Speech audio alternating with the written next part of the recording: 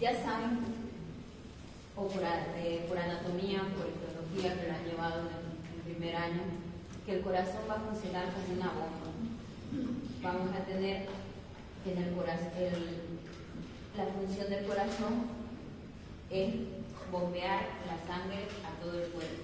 Entonces, en este tema vamos a ver cómo llega la sangre del corazón a todo el organismo, cómo se distribuye, dónde empieza, dónde acaba la sangre que llega al corazón, de dónde viene, y la que sale, hacia dónde va, porque hay dos sistemas de bomba, el sistema derecho y el sistema izquierdo, que vamos a ir desarrollándolo en el tema. Entonces, tenemos que saber que el corazón está formado por dos bombas separadas, como decía. El corazón derecho, que va a bombear la sangre hacia los pulmones, y el corazón izquierdo, que va a ser el encargado de bombear la sangre a través de la circulación sistémica. Esto quiere decir al resto del organismo. Cada uno de estos corazones es una bomba bicameral, pulsátil, formada por una aurícula y un ventrículo. Eso quiere decir bicameral, que está formado por dos cámaras, las aurículas y los ventrículos, que van a estar comunicadas entre sí, pero separadas por las válvulas cardíacas, y ya vamos a ver cuáles son estas válvulas. Entonces, aquí tienen un esquema más o menos general de lo que son las aurículas, los ventrículos y las válvulas que hay en cada uno de ellos. El corazón está formado por tres tipos de músculos principales. El músculo auricular, que es el que se encuentra en las aurículas, el músculo ventricular, que va a estar en los ventrículos, y las fibras musculares especializadas de excitación o conducción, que estas son las que van a estar comunicando tanto las aurículas como los ventrículos, y también las que van a comunicar a las diferentes válvulas. El músculo auricular y ventricular se contraen de manera muy similar al músculo esquelético. Entonces, vamos a ver qué diferencia hay entre el músculo cardíaco con el músculo esquelético. ¿Por qué? Porque ya saben por histología que el músculo cardíaco es estriado, igual que el músculo esquelético. Entonces, pero como es uno de los órganos más importantes del organismo, va a tener sus peculiaridades y va a tener sus características. Las fibras especializadas de excitación y conducción del corazón se contraen débilmente porque contienen pocas fibras contráctiles. Es una de las diferencias que hay con el músculo esquelético. El músculo esquelético se contrae con más fuerza, necesita más fuerza para contraerse porque es la que nos va a dar el movimiento. El corazón también necesita cierta fuerza, porque ustedes dirán, el corazón también necesita contraerse con bastante fuerza porque va a tener que mandar la sangre a todo el organismo, pero vamos a ver cómo hace esa contracción y cómo no necesita esa fuerza como el músculo esquelético para hacerlo. Donde se presenta descargas eléctricas rítmicas automáticas en forma de potenciales de acción o conducción de los potenciales de acción por todo el cuerpo. A diferencia del músculo esquelético, el corazón va a tener un sistema eléctrico. Esa es una de las grandes diferencias también con el resto de los órganos del cuerpo. Vamos a ver que en el corazón, aparte de la función del músculo cardíaco como tal, de contracción y relajación, también vamos a estudiar lo que es la parte eléctrica. Tiene un sistema eléctrico que es muy bonito, que ya lo vamos a ver en el siguiente tema, de cómo hace la descarga eléctrica y cómo nos sirve esto para la funcionalidad de este órgano. Entonces, estas descargas están formadas así por un sistema excitador que controla el latido rítmico cardíaco. Entonces, lo que va a dar el latido del corazón, el sistema que va a estar encargado de cada latido que da el corazón, no va a ser tanto la parte de contracción y de relajación, que también pero sobre todo en la mente. Sobre todo el latido, que el corazón vaya de forma rítmica y que vaya a cierta velocidad y a cierto ritmo, lo va a dar este sistema de conducción eléctrica. Esto quiere decir que cuando falla, para que se den cuenta después, yo voy a ir relacionando para que también se les vaya quedando la fisiología con después algunos ejemplos de la parte clínica. Si el sistema excitador, el sistema eléctrico del corazón falla, que es el que da el latido rítmico, si esto va a fallar, me va a producir una arritmia. Entonces, cuando veamos la parte eléctrica del corazón, se van a dar cuenta por qué es tan importante verlo y por qué es tan importante su funcionamiento en cuanto falla alguno de los nodos, alguno de las fibras estas eléctricas, es lo que me va a dar ya una patología. Por eso la fisiología es importante. Ustedes tienen la fisiología y les aseguro que cualquier patología les va a ser mucho más fácil de entender, porque van a saber dónde va a fallar y después que sepan dónde falla, van a saber cuál es la solución. Los potenciales de acción, que los han visto también en el tema de la neurología, que son cambios los voltajes, los cambios de voltaje y demás, que este es un poquito más complicado, me parece un poquito más pesada y nerviosa, pero vamos a tomar sobre todo los potenciales de acción que son un poquito más relevantes, por así decirlo, porque ya después de esos libros tienen el resto de potenciales para que por lo menos le den una leída. Eso sí, por favor, aunque yo les ponga aquí un resumen, aunque yo les diga que hay cosas que no les voy a exigir yo en el examen, léanla por cultura general porque van a ser médicos y tienen que saberlo, por lo menos que les suene, leanlo. Con que le tiren una leída, se les va a quedar por lo menos, o por lo menos van a saber de qué se habla después en las otras materias. El potencial de acción es un promedio de aproximadamente 107 milivoltios, que es un potencial de acción positivo. El potencial intracelular aumenta desde un valor aproximado de menos 85 milivoltios hasta un valor aproximado de más 20 milivoltios durante cada latido. Esto se va a medir en milivoltios por segundo, porque ya saben que el latido se hace entre 0,2 a 0,3 segundos. Entonces, es muy rápido. Los cambios de voltaje son milisegundos que se hacen. Todo el ciclo que vamos a ver de contracción, relajación, un ciclo de diástole en el corazón, aunque lo vamos a explicar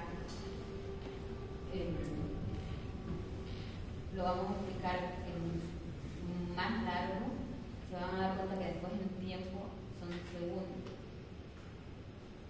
Pero por eso es que en teoría el corazón es una máquina perfecta, que si cambia un voltaje, si se retrasa el latido, segundos o demás, es cuando va a dar algún fallo. El corazón tiene que funcionar de forma sincronizada, de forma ordenada, de forma rítmica y de forma perfecta, con todos estos cambios de voltaje. Entonces, después del inicio de que la membrana permanece despolarizada durante aproximadamente 0,2 segundos, como se muestra aquí en la meseta,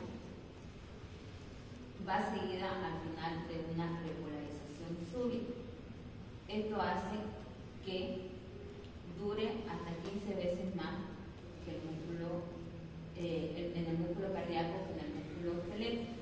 Es otra de las diferencias que hay entre el músculo cardíaco y el músculo esquelético. Esta excitación, esta despolarización que hay a nivel cardíaco, por el cambio ese de voltaje y por la duración, va a ser 15 veces mayor en el músculo cardíaco que en el músculo esquelético.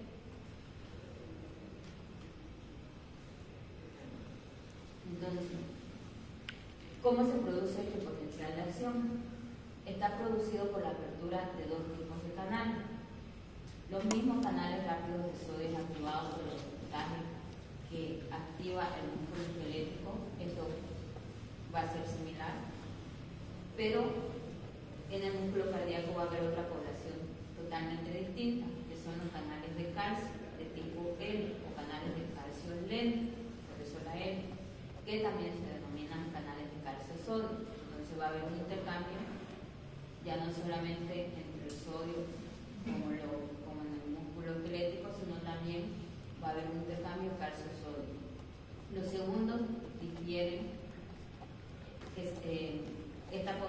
estos canales de calcio-sodio van a diferir de que se abren con mayor lentitud y permanecen abiertos durante varias décimas de segundo.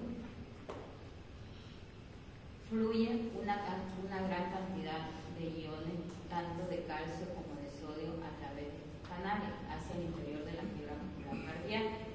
Esta actividad mantiene un periodo prolongado de despolarización, dando lugar a la meseta de potencial de acción. Esto quiere decir que para que el corazón funcione bien y haya ese intercambio y haya la contracción y la relajación, vamos a necesitar calcio. Aparte de sodio, vamos a necesitar calcio.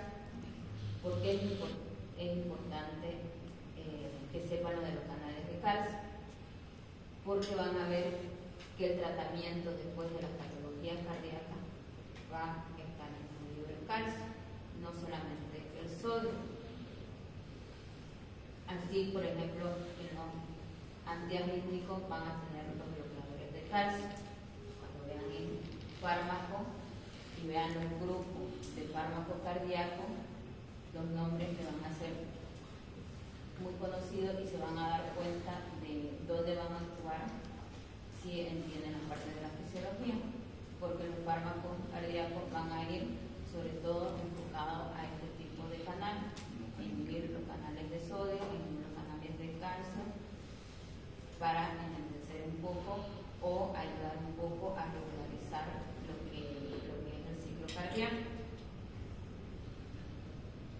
También lo van a entender cuando hay un exceso también de administración de calcio. No se puede administrar ciertos iones porque sí, porque van a repercutir a nivel de ciertos órganos. Las dietas estas que ustedes escuchan, ricas en sodio, ricas en sal, que se les prohíbe a los pacientes cardíacos o se les limita a los pacientes cardíacos, se les preocupa a esto, porque el sodio va a actuar a nivel cardíaco. Entonces vamos a ver cuáles son las fases de los potenciales de acción a nivel cardíaco. Van a haber 5 fases. Está la fase 0, por la fase de despolarización, que esto se van a encargar los canales rápidos de sodio. Cuando empieza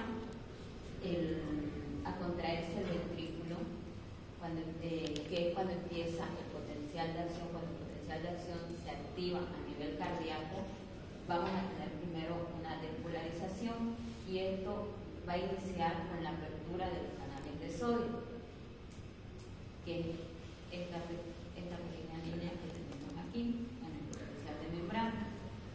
Entonces, a continuación de esa apertura de los canales de sodio, va a iniciar la fase 1, la fase de repolarización inicial, que va a ser el cierre de estos canales de sodio que se habían abierto.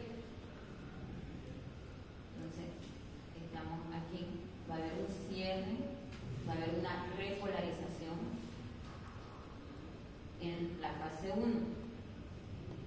A continuación, vamos a tener una fase de meseta, que va a ser la fase 2, donde los canales de calcio se van a abrir y los canales rápidos de potasio se cierran. Dijimos que a nivel cardíaco había una similitud entre el potencial de acción del músculo esquelético y después teníamos la diferencia con los canales de calcio. Si se acuerdan de los potenciales de acción del músculo esquelético, que también lo han visto en histología, que es músculo estriado y demás, hay un intercambio entre sodio y potasio. Entonces, en la meseta va a ser igual. En el músculo cardíaco va a haber un intercambio entre el sodio y el potasio, pero a su vez también va a haber una apertura de los canales de calcio. Luego vamos a tener una fase de repolarización rápida, que es la fase 3, donde los canales de calcio se cierran y los canales lentos de potasio se abren. Ya saben que cuando se abre un canal de cualquiera de los iones, se abre un canal y se cierra otro. Entonces no pueden permanecer abiertos los canales, porque para que haya ese intercambio tiene que haber diferencia de voltaje. Para que haya esa diferencia de voltaje, cuando entra sodio a la célula, tiene que salir potasio, y para que haya ese intercambio va a haber una apertura de los canales de sodio y después va a haber un cierre de los canales de potasio para que no se pierdan, para que se pierda la cantidad, para que haya un intercambio de sodio, potasio o de calcio, sodio en este caso, de la cantidad necesaria, no que se pierda ni el uno ni el otro. Entonces, siempre que veamos intercambio, tengan en cuenta que tienen que saber qué canal se cierra y qué canal se abre, porque sí o sí va a haber la apertura de uno y el cierre de otro. Eso va a condicionar que haya una despolarización o una repolarización. Va a ser una de las dos cosas. Y ya en la fase 4 lo que vamos a tener es un potencial de membrana en reposo. Va a haber un cierre de todos los canales y la membrana se va a mantener en reposo hasta que haya un nuevo estímulo, hasta que haya un nuevo potencial de acción, y volvamos a empezar con la apertura de los canales de sodio para empezar con la despolarización y volvamos otra vez a iniciar el ciclo cardíaco. A nivel cardíaco vamos a tener un acoplamiento en lo que es la excitación y la contracción del músculo cardíaco. Esto se va a hacer mediante, esto va a ser un mecanismo mediante el cual el potencial de acción hace que las miofibrillas del músculo se contraigan. A esta contracción de esta miofibrila es lo que se llama acoplamiento, excitación-contracción.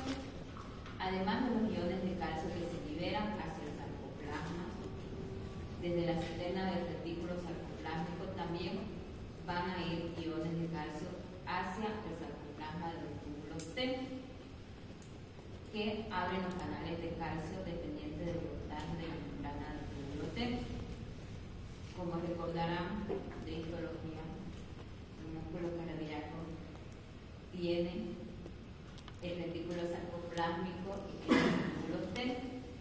En el acoplamiento de excitación-contracción nos referimos a esa parte de la célula, esa parte de la histología, donde para que haya una excitación y una contracción del músculo cardíaco tiene que haber un intercambio, tiene que haber una liberación del calcio. El calcio es el que va a actuar en la célula del sarcoplasma y va a actuar sobre los túbulos T para producir lo que es la contracción y la relajación del músculo. Entonces, ¿cuál va a ser la función de los iones de calcio y de los túbulos transversos a nivel cardíaco? La fuerza de la contracción del músculo cardíaco depende de la concentración de iones de calcio en los líquidos intracelulares. Esto, como recordarán también cuando vieron en el tema de neurología, en el intercambio de sodio y potasio también con los potenciales de acción, que si no tenemos una cantidad suficiente de iones a nivel extracelular, no podemos hacer este intercambio, porque la célula no va a tener que intercambiar. Entonces, por eso es importante que tanto el medio extracelular como el medio intracelular mantenga unos niveles de calcio y de sodio es adecuado, porque si no es cuando empieza a fallar este intercambio y cuando empieza a fallar la contracción y la relajación del músculo. Un corazón situado en una solución sin calcio va a dejar rápidamente de latir.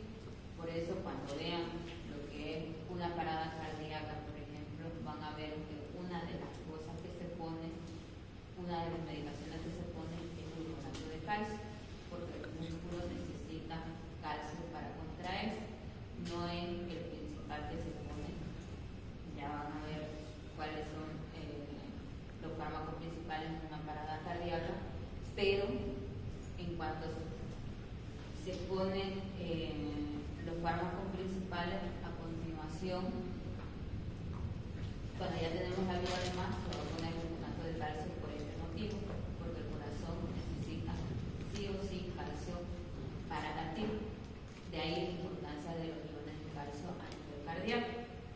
Esto se debe a que las aberturas de los túbulos T atraviesen directamente la membrana de la célula muscular cardíaca hacia la renovación transcelular que rodea la célula. Como decíamos, la apertura de los canales y el intercambio de la salida y entrada de sodio, potasio y calcio, lo que permite que el mismo líquido extracelular esté en el intersticio del músculo cardíaco se introduzca a los túbulos T.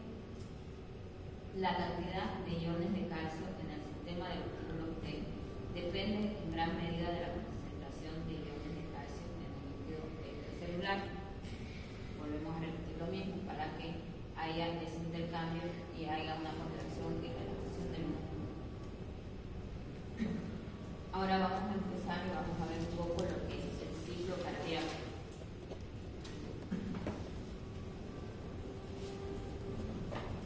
Cuando hablamos del ciclo cardíaco nos vamos a referir a los fenómenos cardíacos que se producen desde el comienzo de un latido hasta el siguiente latido. Esto quiere decir todo lo que es la contracción y relajación del músculo cardíaco. Cuando hay un latido cardíaco, es lo que ustedes van a escuchar o lo que van a ver en el pulso. Esas milésimas de segundo de diferencia que vean es un ciclo cardíaco entero. Entonces el ciclo cardíaco dura milésimas de segundo, pero van a ver todos los fenómenos que se producen en esos segundos. Todo es simultáneo, todo es a la vez y todo se hace de forma rápida. Entonces, porque la diferencia va a ser lo que pasa de un latido al otro. Y vamos a ver también qué puede enlentecer o qué puede acelerar ese ciclo cardíaco. El ciclo cardíaco se va a iniciar por la generación espontánea del potencial de acción en el nodo sinusal. El nodo sinusal es el principal nódulo y donde se inicia lo que es el sistema eléctrico del corazón. Lo vamos a ver en el siguiente tema, pero ya aquí lo mencionamos porque ahí se inicia el ciclo cardíaco. Este potencial de acción, esta activación del nodo sinusal va a viajar por las aurículas. Es como una descarga eléctrica. Entonces lo que va a ocasionar el potencial de acción, para que lo entiendan un poco, va a ser una activación eléctrica en el nodo sinusal, que es después por la fibra y por los cables, por así decirlo, para que lo entiendan un poco, que están comunicados de las aurículas hacia la ventrícula, va a viajar el estímulo por las aurículas para estimular lo que es el ventrículo. Esto se va a dirigir a través de los fascículos auriculoventriculares.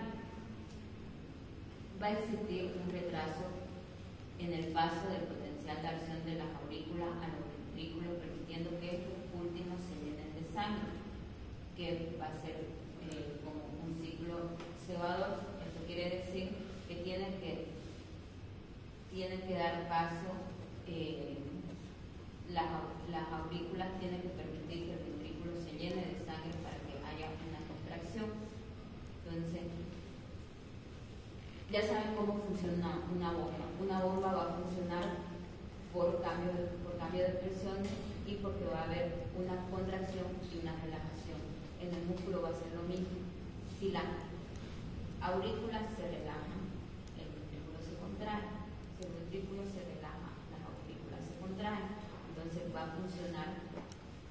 de forma sincrónica unos de otros. ¿Por qué?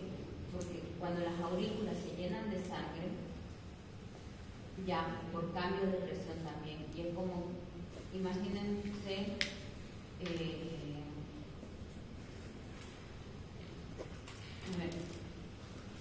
imagínense dos globos que están sellados uno del otro. Entonces, ustedes van a meter cierta cantidad de agua en un globo y para que ese globo no reviente, van a tener que vaciarlo, ¿no es cierto? Porque va a llegar un momento en que las paredes de ese globo van a ceder y ya no va a tener más capacidad para que entre agua. Lo mismo pasa con el corazón. Las paredes de la aurícula están diseñadas para recibir cierta cantidad de sangre.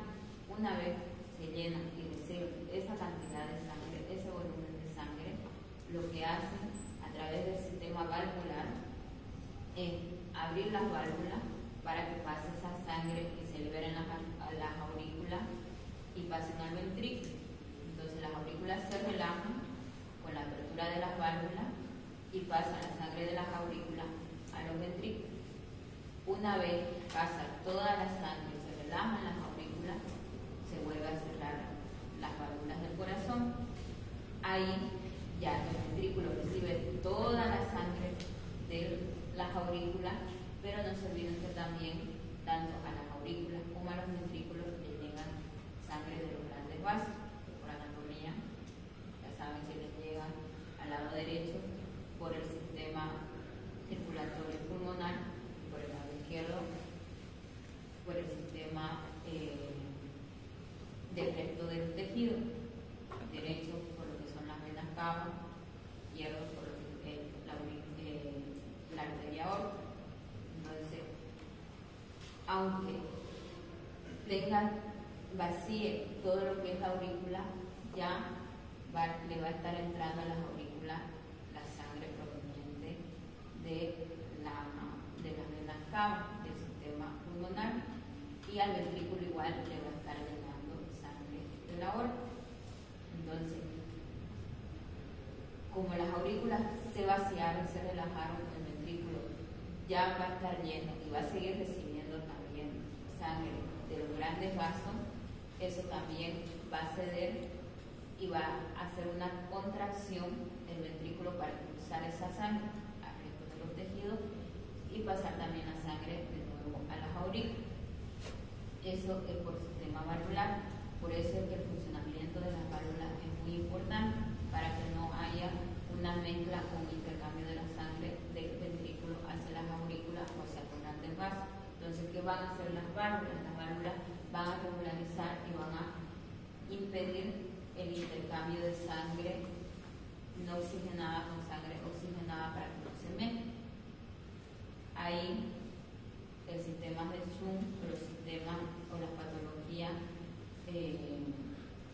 congénitas, cuando hay una mezcla de sangre oxigenada y no oxigenada, la mayoría de veces es por fallo valvular o porque hay una comunicación en las aurículas de sangre oxigenada con sangre no oxigenada. Entonces, la relajación y la contracción del corazón se tiene que hacer de forma sincrónica. ¿Cómo lo hacemos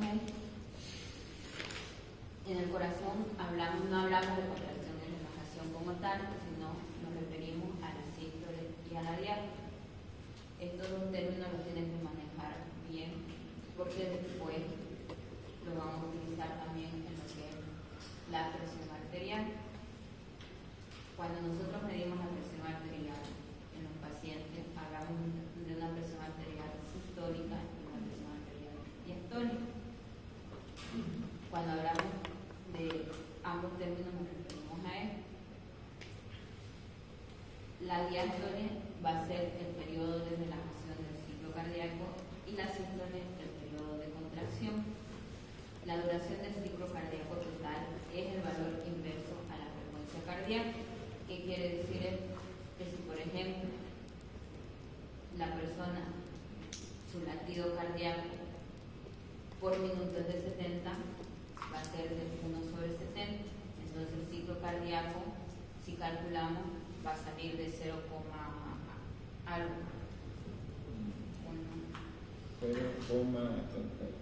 0,031 minutos por la actividad a 0,30 por ciclo. 0,014 milisegundos por ciclo. Si es 72, como tienen en el ejemplo del libro, 1/72 es de 0,012, creo. 0,01314. Esa es la duración de todo el ciclo cardíaco. Por eso es que se dice que el corazón es una máquina perfecta, porque imagínense, son milésimas de segundo que dura todo esto que estamos explicando.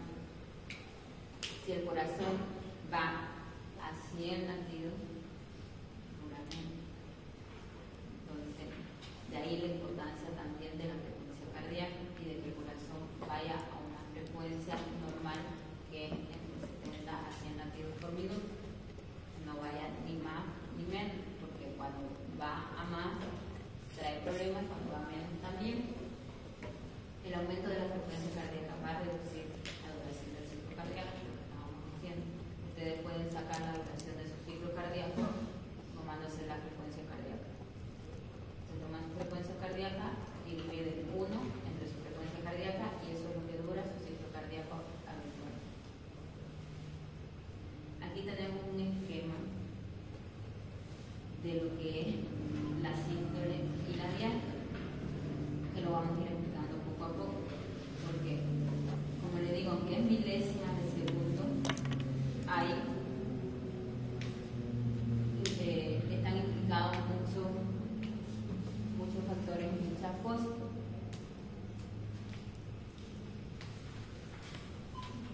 El ciclo cardíaco, la sístole y la diástole van a estar representadas en lo que es el electrocardiograma, por eso también su importancia. Aquí les he puesto la relación que tiene el electrocardiograma con el ciclo cardíaco.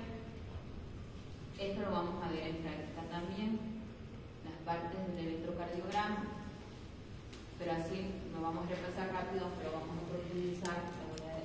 Como yo voy a estar en las prácticas también, lo vamos a hablar con sus auxiliares. ¿Han hecho ya la práctica del electrocardiograma? No. ¿Por dónde van las prácticas? ¿Qué han hecho? ¿Les toca ahora el corazón? Sí. No han hecho todavía el electrocardiograma. Ya.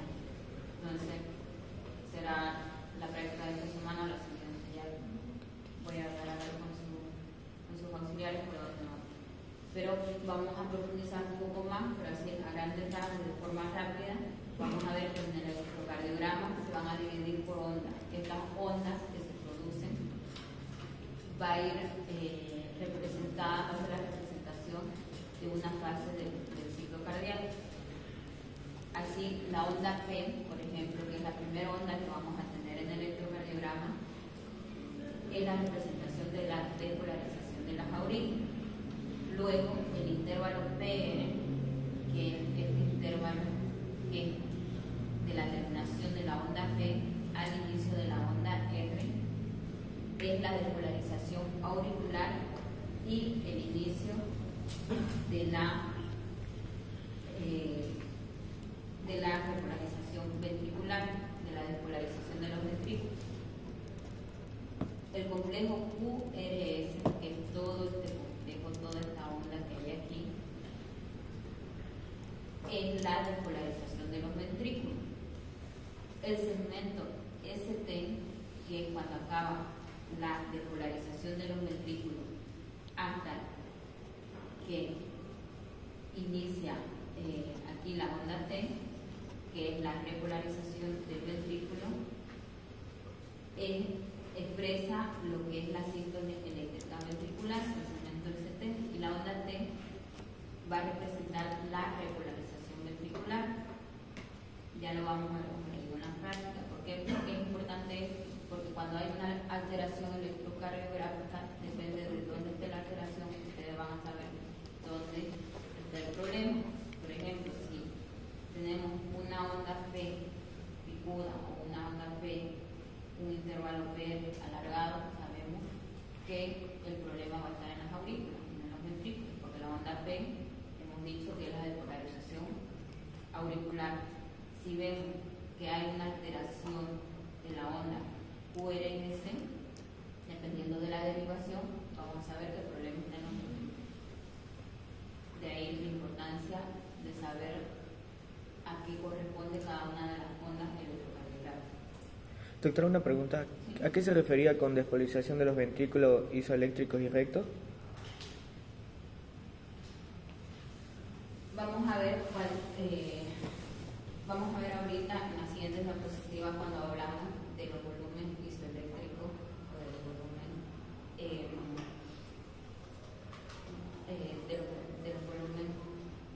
de los volúmenes isoeléctricos. Eso quiere decir de que tanto las aurículas como los ventrículos van a tener la misma cantidad de sangre. Hay un momento en el que los ventrículos y las aurículas se llenan de sangre y las válvulas se cierran. ¿Por qué? Porque hemos dicho que también el corazón recibe sangre de los grandes vasos. Entonces son milésimas de segundo que en lo que se vacía la aurícula y se llenan los ventrículos va a haber un volumen similar, que va a ser un tercio de la sangre en las aurículas y un tercio de la sangre en los ventrículos.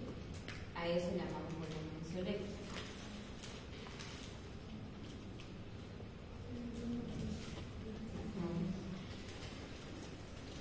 Bueno, para terminar hoy la clase, vamos a introducir un poco lo que es los ventrículos. Vamos a hablar mañana, vamos a parar aquí porque vamos a empezar mañana a hablar de la fisiología de los ventrículos. Los ventrículos ya van a ver que van a estar representados y como es una cavidad más grande que las aurículas, tienen un funcionamiento un poquito más intenso y reciben un volumen de sangre un poquito mayor. Por eso que está representada por dos ondas en el electrocardiograma, como aquí, la onda QRS, que es la despolarización del ventrículo, y la onda T, que es la repolarización del ventrículo. Entonces, mañana vamos a ver un poco lo que es los ventrículos, las válvulas cardíacas, y vamos a continuar con hasta donde nos dé el avance de la fisiología cardíaca. Voy a intentar acabar esta semana o a lo mucho el día lunes, porque son como 5 o 6 temas, creo, de su libro de fisiología. El tema de arritmias cardíacas, que lo tienen en el guide, que es el último tema, no lo vamos a avanzar, no lo vamos a dar. ¿Por qué? Porque eso lo van a aprender, lo van a llevar mejor en cardio. No quiero chiparnos mucho, no quiero que se confundan mucho con la parte de patología, porque lo van a llevar también el próximo año en fisiopatología cardíaca. Van a ver una introducción de lo que son las arritmias cardíacas y demás, y después en cardio un tema entero de lo que es las arritmias cardíacas. Me interesa más que sepan las ondas del electrocardiograma, el ciclo cardíaco, la función